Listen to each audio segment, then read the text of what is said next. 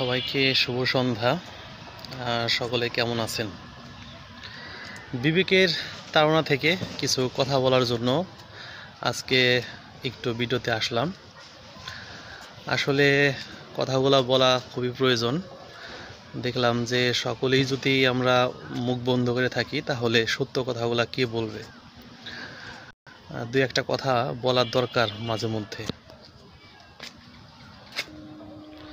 আপনারা ইতিমধ্যে জানেন গত 27শে এপ্রিল গাজীপুরে একজন মাওলানাকে, একজন ইমামকে মসজিদে তাকে মব সৃষ্টি করে কিছু অভিযোগ দিয়ে পিটিয়ে হত্যা করা হলো। এখন তিনি যে আকিদারই হন না কেন, একটু ভাবুন তো, সে আসলে সেই অভিযোগে অভিযুক্ত কিনা সেটার কোনো প্রমাণ নেই, সেটার কোনো তদন্ত নাই, কিছুই নাই। কিছু উগ্র মানুষ তাকে পিটিয়ে হত্যা করলো। কি একটা পরিস্থিতি আমাদের দেশে এখন চলমান। এই পরিস্থিতিগুলো যদি চলতে থাকে তাহলে যার সাথে যার শত্রুতা, এরা তো একটা মব সৃষ্টি করে একটা অভিযোগ দিয়ে তাকে মেরে ফেলবে। তো কি একটা বর্বর একটা জাতি আমরা, কি একটা অসভ্য আমরা! কি কখনো মানুষ হব না? আমাদের মধ্যে কি কখনো বিবেক বুদ্ধি জাগ্রত হবে না? একজন ভিন্ন আকিদার মানুষ, একজন তরিকতপন্থী হোক না, তার সঙ্গে আমার মতের বিরোধ থাকতে পারে, বিভিন্ন কাজকর্ম তার বিষয়ে আমার পছন্দ নাও হইতে পারে, আমি কি তাই বলে তাকে হত্যা করে ফেলবো? এটা আসলে ওই 400-500 বছর আগের যে বর্বর জাতি, যে মানুষের কথা আমরা শুনতাম, সেই জাতি এবং মানুষ বোধহয় আমাদের এই দেশে ফিরে এসেছে। 5 আগস্টের পরে আমরা ভেবেছিলাম যে সম্ভবত আমাদের দেশে শৃঙ্খলা ফিরে আসবে, মানুষের অধিকার বাস্তবায়িত হবে, স্বাধীনতা নিশ্চিত হবে, কিন্তু তার ছিটে ফোটাও হয় নাই। আসলে 5 আগস্টের আগেও যেমন ছিল এখনও একই রকমই আছে, বরং আরও কিছু কিছু জায়গায় কিছু বিশৃঙ্খলা দেখা দিচ্ছে। মানুষ ঘর থেকে বের হয়ে নিশ্চিত করে ঘরে আসতে পারবে কিনা তার নিশ্চয়তা আগেও ছিল না, 5 আগস্টের পরে এখনও নিশ্চিত হয় নাই। এই কেমন দেশে আমরা বাস করতেছি দেখেন। একজন মানুষকে পিটিয়ে হত্যা করা হলো, তার বিচারের দাবিতে মানুষ আন্দোলন করতে, সেখানে তাদের উপরে আবার হামলা করা হচ্ছে।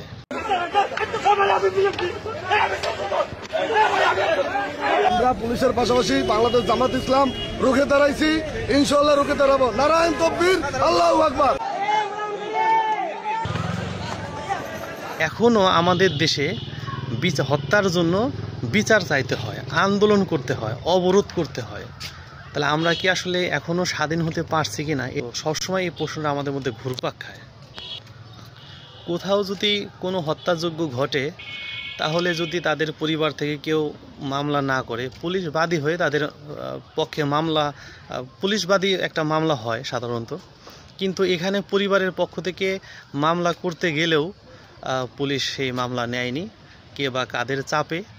এটা খুবই পরিষ্কার, একটা উগ্রবাদী, একটা উগ্র গোষ্ঠীর চাপে মামলা এটা নেয়নি। এই প্রতিবাদ যারা করেছে, এই হত্যার প্রতিবাদ যারা করেছে, তাদেরকে গ্রেপ্তার করা হয়েছে। আপনারা দেখেছেন গাজীপুরে ছাত্রফ্রন্টের একজন কর্মীকে, একজন নেতাকে গ্রেপ্তার করা হয়েছে। তো যাই হোক, এগুলা খুবই একটা পরিতাপের বিষয়। গাজীপুরে হাসনাত আবদুল্লাহর উপরে হামলা করার সঙ্গে সঙ্গে কয়েক ঘন্টার মধ্যেই 12 থেকে 17 জনকে গ্রেপ্তার করা হয়েছে। অথচ একজন মানুষকে পিটিয়ে হত্যা করলো, তার আসামিদেরকে এখনও গ্রেপ্তার করা হয় নাই। তো আমরা সেই দেশে আছি, সেই দেশে আমরা বাস করছি।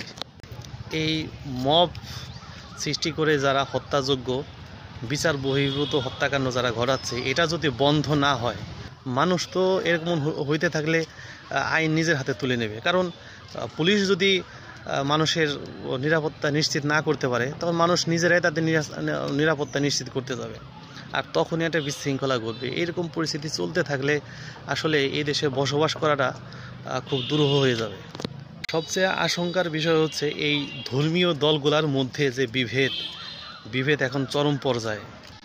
চট্টগ্রামে যে আন্দোলন হচ্ছে, সেখানে জামাত শিবিরের কিছু লোকজন এই আন্দোলনকারীদের উপরে হামলা করতেছে, যেটা 5 আগস্টে পতিত সরকারের লোকজন করত, সেই কাজটা এখন আবার তারা করতেছে। তো এই ধরনের পরিস্থিতি চলতে থাকলে এই দেশের যে ধর্মীয় মতাদর্শের যে দলগুলো আছে তাদের মধ্যে একটা ধর্মযুদ্ধ লেগে যেতে পারে, এবং যেটা থামানোর মতো শক্তি এদেশের পুলিশ বা সেনাবাহিনী কারোরই থাকবে না। আমাদের পার্শ্ববর্তী দেশ তারা নিশ্চয়ই আমাদের ভালো চায় না, তারা এই সুযোগের অপেক্ষাটাই থাকবে। এই দেশে যখন মানুষের মধ্যে একটা গৃহযুদ্ধ লাগবে, ধর্মীয় একটা যুদ্ধ লাগবে, সেই সুযোগে দেখবেন আমাদের উত্তরাঞ্চলের কিছু এরিয়া এবং দক্ষিণ পূর্বের পার্বত্য চট্টগ্রাম অঞ্চলটা পার্শ্ববর্তী দেশের দ্বারা দখল হয়ে যেতে পারে। তো এই জন্য আমাদের সবাইকে সচেতন হতে হবে এই ধরনের ধর্মীয় যুদ্ধ যাতে না হয়, এবং ধর্মীয় যে বিরোধটা আছে এটা যত তাড়াতাড়ি মিটিয়ে ফেলা যায়।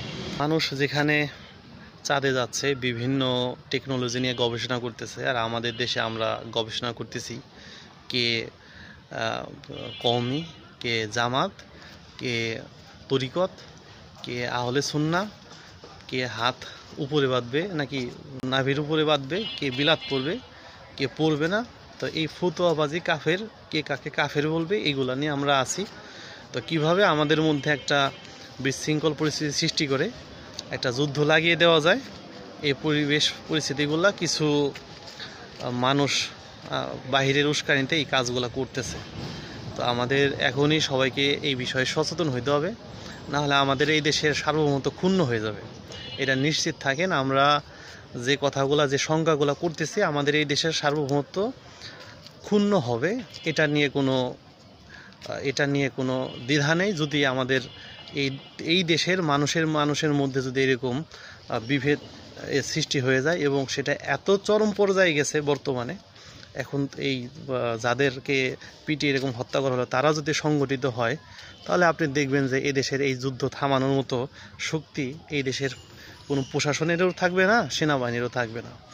ধর্মযুদ্ধ খুব খারাপ একটা যুদ্ধ, এটার ফল কোনো ভালো ফল আসবে না, বহু মানুষ হতাহত হয়ে যাবে এতে। আর এর জন্য দায়ী এই উগ্রবাদী গোষ্ঠীগুলা।